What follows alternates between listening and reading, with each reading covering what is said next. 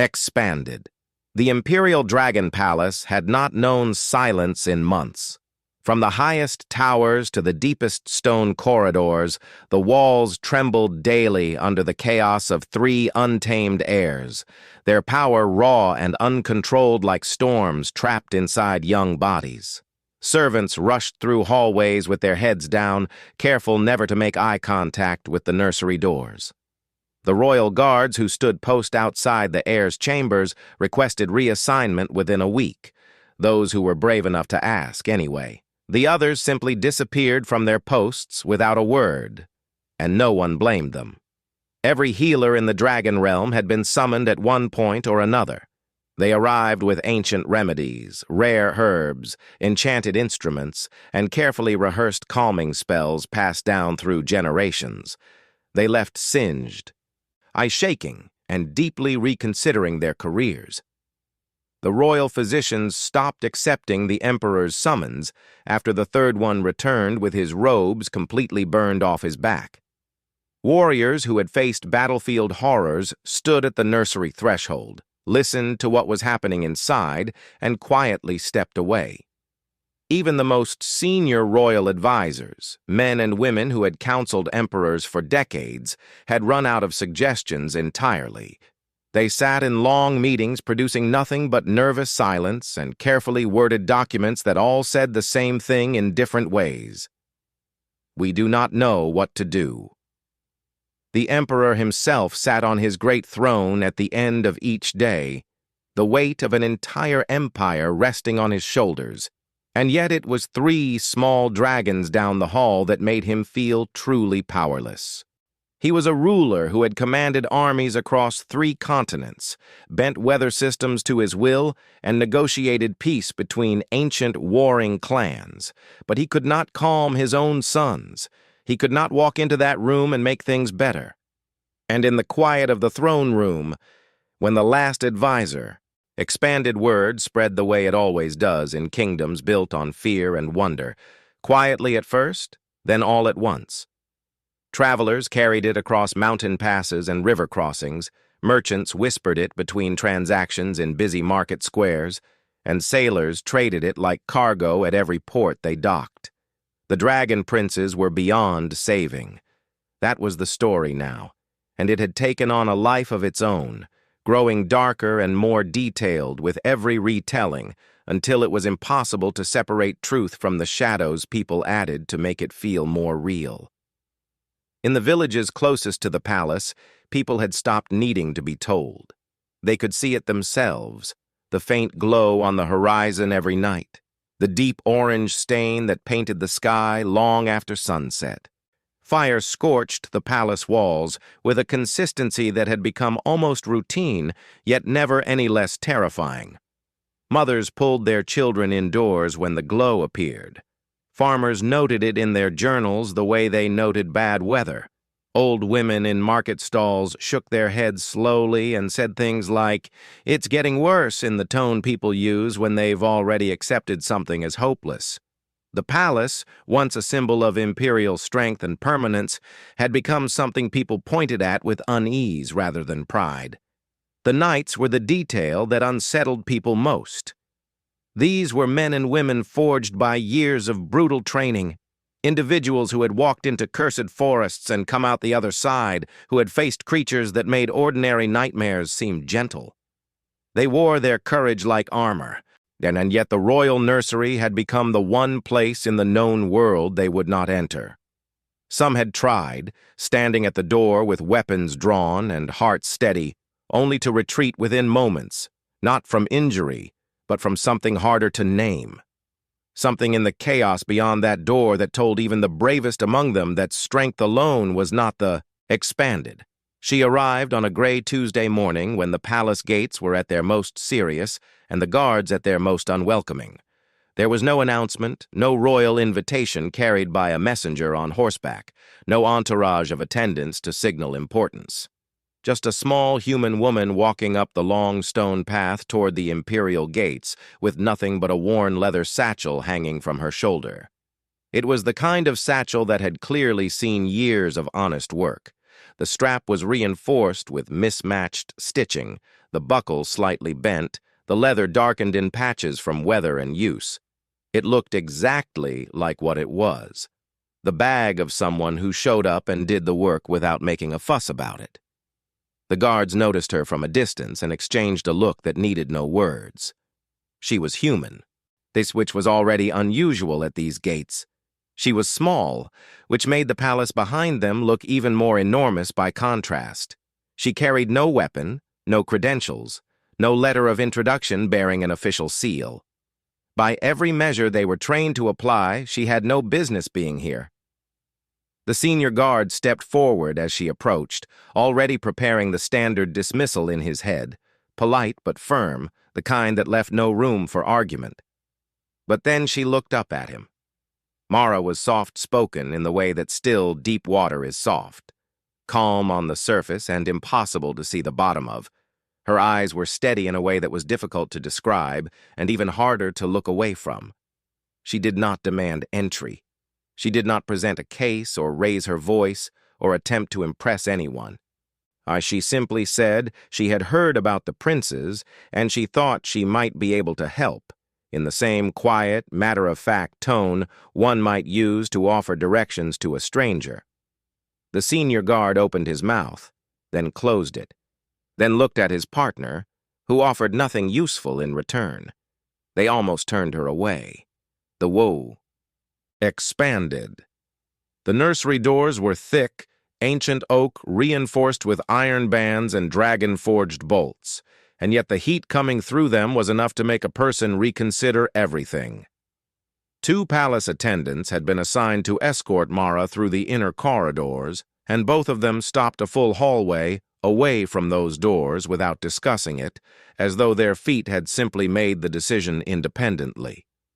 One of them pointed ahead with an expression that said, "It's right through there," while his entire body leaned in the opposite direction. Mara thanked them both, adjusted the strap of her satchel, and walked forward alone. She did not hesitate at the door. She pushed it open the way you push open the door to any room where someone needs help, with purpose, without drama, and walked straight into the fire. It blazed in uneven bursts across the stone floor and up the walls, scorching patterns into the rock that suggested this had been going on for quite some time. The air was thick and shimmering with heat, the kind that presses against your face and makes your eyes water. Any reasonable person would have stopped in the doorway. Mara walked in until she was standing in the middle of the room, and then she stood still, letting her eyes adjust, taking in the scene with the calm efficiency of someone performing an assessment. The 3 heirs reacted the way they always did to intruders. The youngest one snarled first, his small body puffing up to appear twice its size. The middle heir snapped his jaws in the air with a sound like a thunderclap.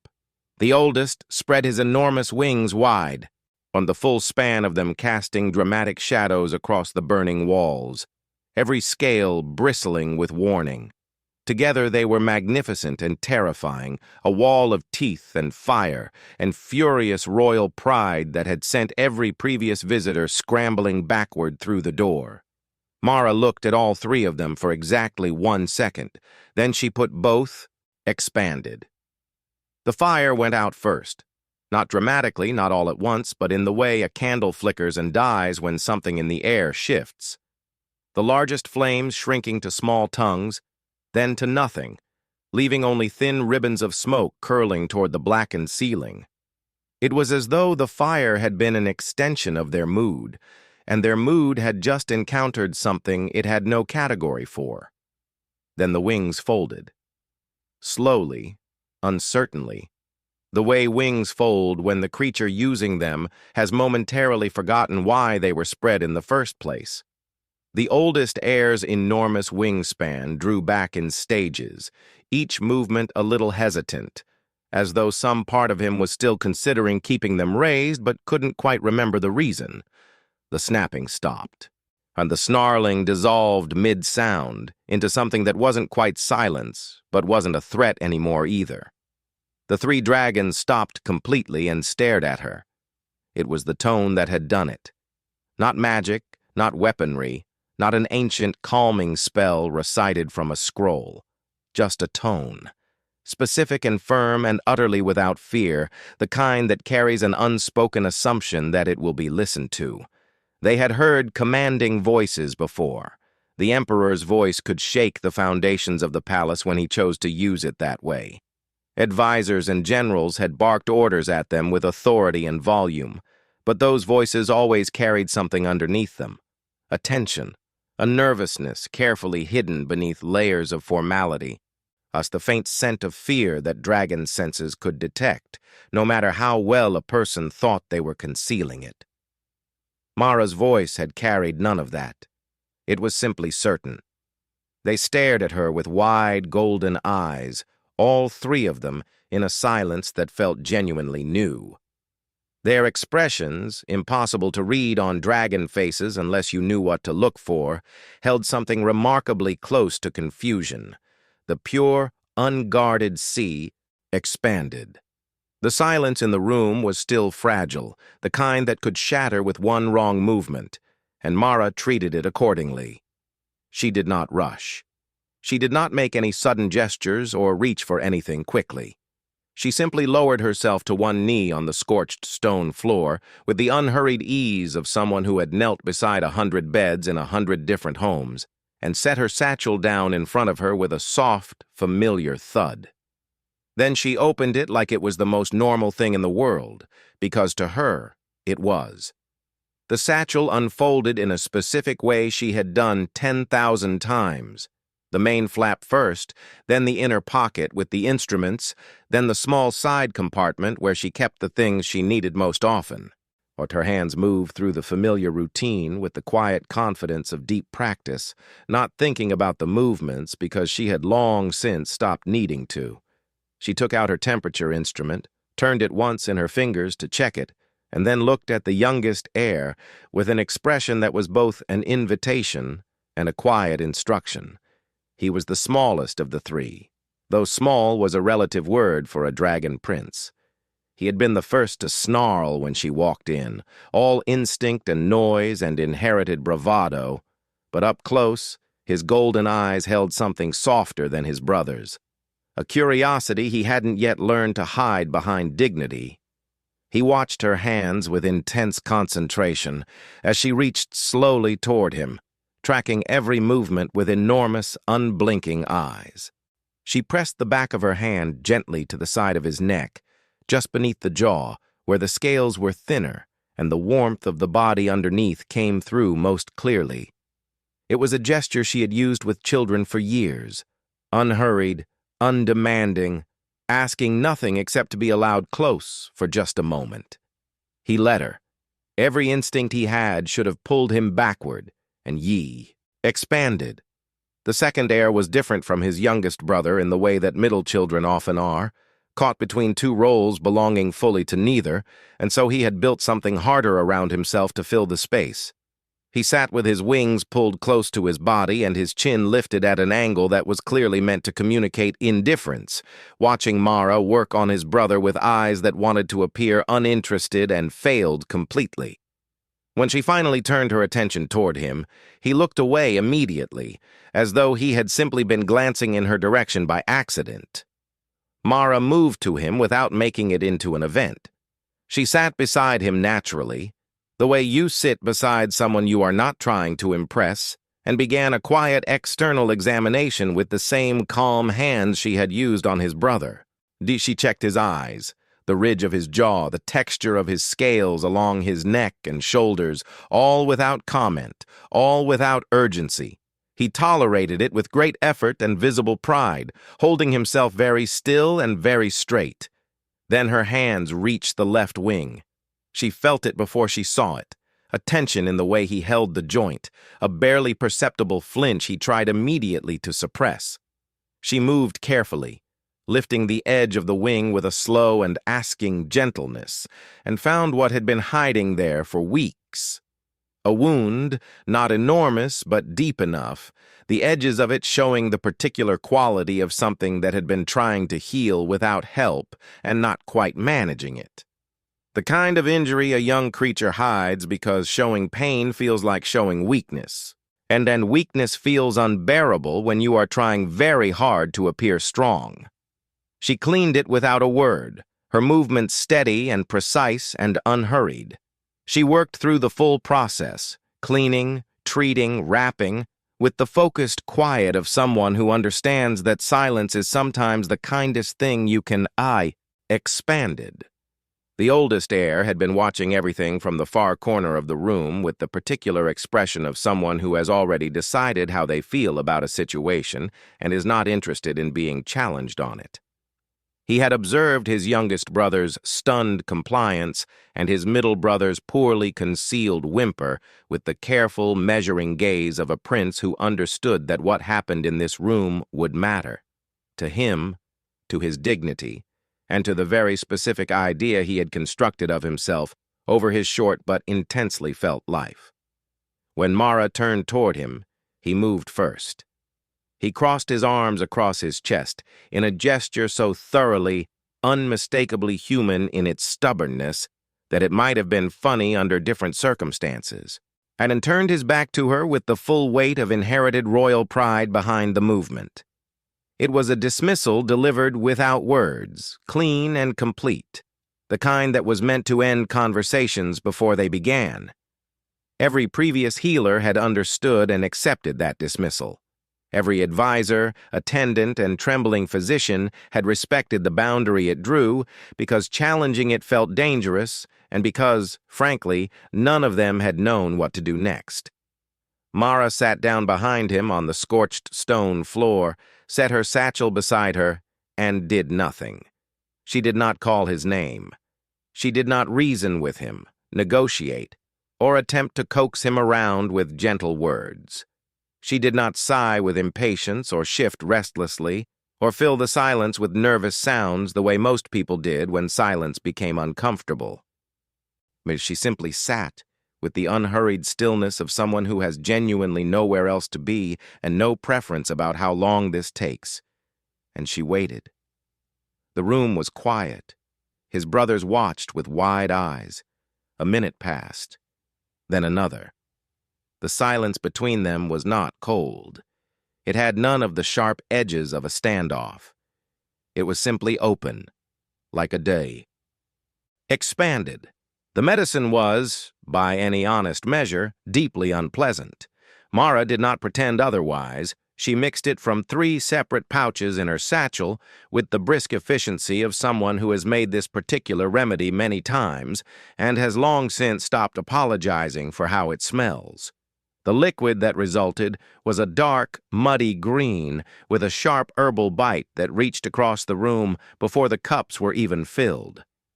The youngest heir caught the scent first and leaned back instinctively with an expression of profound offense.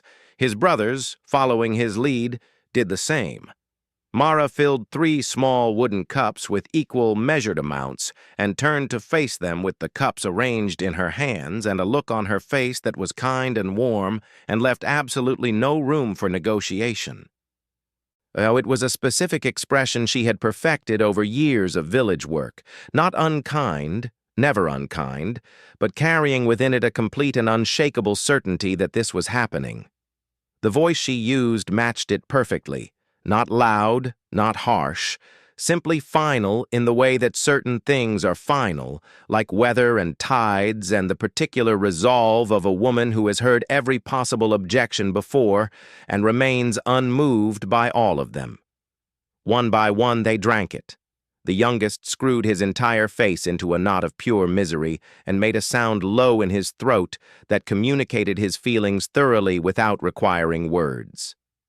The middle heir groaned with such genuine suffering that it echoed briefly off the stone walls. The oldest, determined to maintain some shred of dignity, managed 3 full seconds of stoic silence before his expression collapsed completely into undisguised betrayal. All 3 looked at her afterward with identical golden eyes that said, with great clarity and feeling, that they had trusted her, and she had used that trust to do something unforgivable. Mara reached into the small side pocket of her satchel and produced 3 hone, expanded. He had entered through the side passage that connected the nursery to the private imperial corridor, a doorway so narrow and so deliberately unassuming that most people forgot it existed entirely.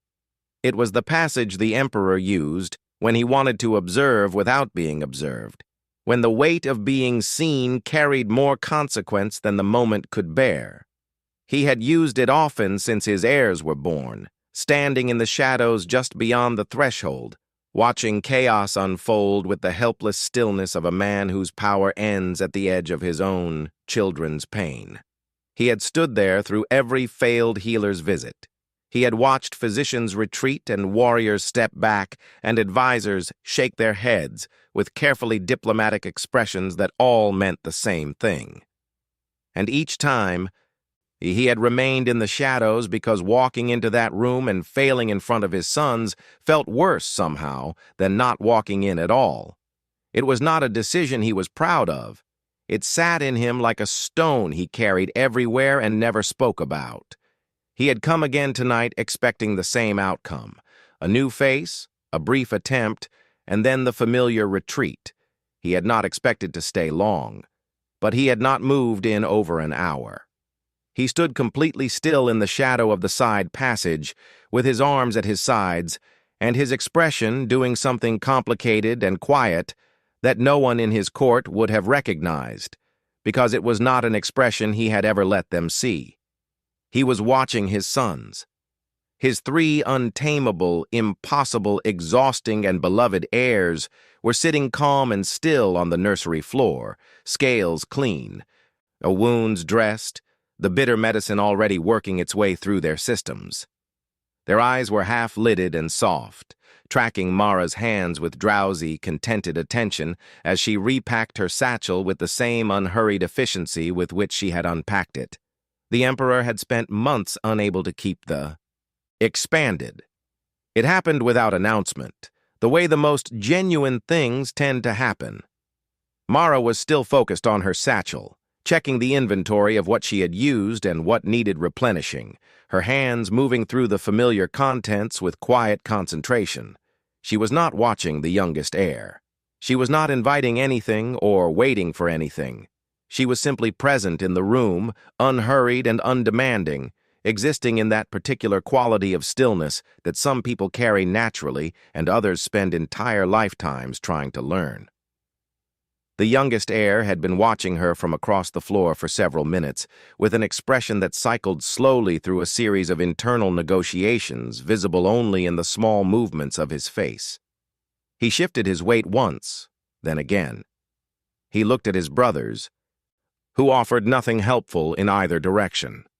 He looked back at Mara. He looked at the floor between them, measuring the distance with the serious concentration of someone making a decision of great personal significance. Then he simply crawled forward. He moved slowly and with surprising care for a creature his size, placing each movement deliberately, as though speed might break something important about the moment. When he reached her, he paused for just a breath and then lowered his enormous head into her lap, with the careful, tentative weight of something being offered rather than taken. A trust extended so quietly and so completely that it asked nothing back except to be accepted. Mara's hands found his scales without her looking up from her satchel. The stroking began naturally, the same slow and steady rhythm she might have used to soothe any young creature in her care, her fingers moving along the ridge of his head, with a warmth that required no thought, because it came from somewhere deeper than thought. The sound began a few moments later. Low and resonant, it built gradually from somewhere deep in his sea, expanded. He stepped out of the shadows the way emperors step into rooms, not with effort or announcement, but with the kind of presence that arrives before the person does, filling the air with something old and vast and undeniable. It was not something he performed or practiced. It was simply what centuries of bloodline and decades of rule had built into the very way he occupied space. The walls seemed to acknowledge him. The remaining warmth in the room rearranged itself around him. Even the smoke still curling from the scorched stone floor appeared to lean slightly away as though offering deference. His sons felt him enter before they saw him. The middle heir straightened instinctively. The oldest lifted his chin. The youngest still settled in Mara's lap. I opened one eye and then closed it again with the boneless contentment of someone too comfortable to rearrange themselves for anyone, including an emperor, which under any other circumstances would have been addressed immediately. The emperor's eyes moved across his sons with an expression that took in everything: their calm, their cleaned wounds, the wrapped bandage visible beneath the middle heir's wing, the honey-soft drowsiness in all three pairs of golden eyes, and something in his chest registered all of it in a way he did not yet have the right moment to examine. Then his gaze settled on Mara. She had looked up from her satchel when he entered, naturally and without startlement, the way you look up when someone walks into a room, rather than when something threatens to. She met his eyes directly, and her expression did not change. It held the same quality it had held since she first walked through the nursery doors, calm and clear and grounded, measuring him with honest, unhurried attention, and finding in him apparently nothing that required fear. No one looked at him that way, not advisors, not generals, not diplomats trained specifically in the art of composure. Every person aboard H expanded. It was not a question he had planned to ask. The emperor was not accustomed to asking questions that admitted gaps in his own understanding. A lifetime of rule had taught him to frame inquiries as confirmations, to ask things he already mostly knew the answer to, so that the asking itself projected authority rather than exposing uncertainty. But standing in that nursery, watching the impossible stillness of his three sons, the question came out of him with a plainness that surprised even himself. He asked her what her secret was. The word secret carried everything he meant by it. The implication that she must possess something rare, something learned from an ancient text, or inherited through bloodline or purchased at great cost from someone who trafficked in extraordinary things. He had tried everything the Dragon Realm considered powerful and proven, and all of it had failed. Therefore, what she had done must belong to a different category of power entirely, something outside the boundaries of what he knew, something worth cataloging and understanding and perhaps replicating through proper imperial channels. He was already, in the back of his mind, composing the questions that would follow. What was the origin of her method? Where had she trained? What ingredients were in the medicine? Whether the approach could be taught to others and implemented systematically throughout the palace. Mara looked at him for a moment with those steady, direct eyes. Then she turned her head and looked at his heirs. All three of them were settled on the nursery floor in a loose but overlapping arrangement that had assembled itself gradually over the past hour. The youngest still anchored warmly in the memory of her lap. The middle heir's bandaged wing resting at an angle of genuine ease. The oldest curled with his chin on his youngest brother's back in a posture that would have mortified him if he were fully awake. They breathed slowly and in rough unison, T.E., expanded. The silence that followed was not the silence of someone composing a response. It was deeper than that, and longer, and it had a quality to it that Mara recognized from her years of village work. The particular quiet of a person encountering something true that they are not yet ready to speak around. She did not try to fill it. She turned back to her satchel and gave him the privacy of it, understanding without being told that some moments require witnesses who are kind enough to look away. The emperor stood with his golden eyes fixed on some middle distance that had nothing to do with the walls in front of him, and he was very still in a way that was entirely different from his usual stillness. His usual stillness was the stillness of control, of power held in reserve, and of a being so accustomed to governing his own presence that even his silences felt deliberate and composed. This stillness was something else. This was the stillness of a man standing inside a realization too large to move through quickly. He had ruled empires. That was not vanity. It was simple fact. the record of decades written in treaties and territories, and the long memory of nations that had learned to align themselves with his will.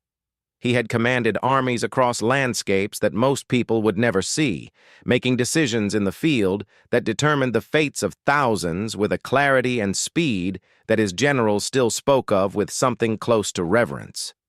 He had bent weather systems to his purpose, negotiated the impossible, outlasted enemies who had been certain of his defeat. He had done all of this, and done it well, and worn the weight of it with the steady endurance of someone built for exactly that kind of burden. And yet, he looked at his sons, his 3 young, impossible, beloved sons sleeping peacefully on a scorched nursery floor for the first time in months, and understood with a quietness that hurt in a way he had no armor for, that all of expanded. He made the offer before the evening bells had finished ringing, which for an emperor was essentially immediate. It was extended with the careful, formal language of imperial custom, a position, a title, quarters befitting someone of newly recognized importance, compensation that reflected the value of what she had accomplished in a single afternoon where everyone else had failed across many months. He delivered it standing straight with his hands clasped behind his back, using the measured tone of a ruler conducting official business, which was the only tone he currently trusted himself to use. Mara listened to the full offer with her satchel already packed and resting against her leg. And then she was quiet for a brief moment in the way she was quiet when she was thinking something through practically rather than emotionally. She accepted, and then she named her condition. No one was to interfere when she was with the heirs. No advisors hovering in doorways, no guards positioned inside the room, no senior physicians observing her methods with clipboards and skeptical expressions. No imperial oversight of any kind during her time with the princes. Just her and them and whatever the session required that day. She said it pleasantly and without apology, in the tone of someone stating a boundary so reasonable they see no need to defend it. The emperor agreed without hesitation, which surprised her slightly and surprised his advisors enormously. And so Mara stayed. And the change in the palace did not happen all at once, but it gathered momentum quickly, the way warmth gathers in a room when a fire is finally burning properly. The scorched walls stopped acquiring new damage. The servants lifted their heads in the corridors. The guards outside the nursery doors were reassigned to posts they found considerably less traumatic. The orange glow that had painted the village skies every night faded and did not return, and people noticed its absence.